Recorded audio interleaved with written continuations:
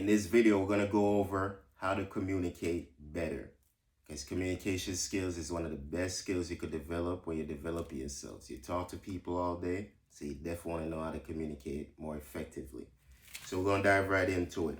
I was watching this professor last night, an hour-long presentation, and this was the topic, communication, right? So hopefully by the end of this, you'll get some tips that you could add to your communication skills. So we're going to dive right into it. The starting point, a lot of people do this when they're doing any type of video or when they're doing any type of presentation. They think it's okay to start with a joke. I don't recommend it. He don't recommend it. You never want to start with a joke. People don't know you yet. They're not warmed up to you yet. So it won't land the way you think it's going to land. So don't start with a joke. Instead, do this instead. You want to start with a promise. What's the promise? The promise is what they're going to get from your video if they stick around. And you want to tell them that promise from the beginning of the video. So just like how I started this video, how to communicate better. That's the promise right there. So people already decided that they want to stick around and hear how to communicate better. So you want to drop that promise at the beginning of the video. That way people have the option to stick around. That way they'll be more inclined to be more engaged in your video, right? Or your presentation. This is not just for videos. This is every day you could communicate with these skills, right?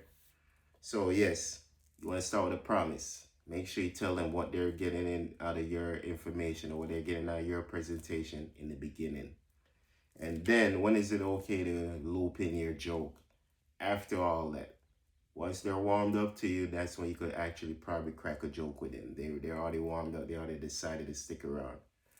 At the end now of your presentation, at the end of your videos, you don't want to do this. A lot of people do this, and you definitely, if you're doing it, you want to stop doing it.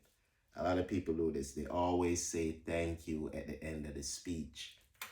You don't want to do that. Stop doing it. Remember, this whole point is to upgrade your communication skills.